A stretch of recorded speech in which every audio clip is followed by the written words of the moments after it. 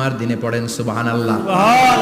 আবার বিশ্বনবী বললেন আর রমাদান ইলা রমাদান, এক রমজান থেকে আরেক রমজানের মাঝখানে যত গুনাহ হয় মাফ করে কে? আল্লাহ।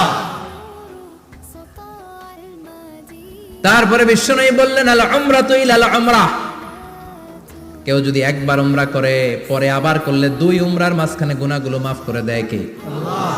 আবার বিশ্বনবী বললেন আল জুমআতু ইলাল জুমআ কাফফারাতুন লিমা বাইনাহুমা, এক জুমার পর থেকে সামনের জুমা আসা পর্যন্ত যে সগীরা গুনাহগুলো হয় সবগুলো সগীরা গুনাহ মাফ করে দেয় কে?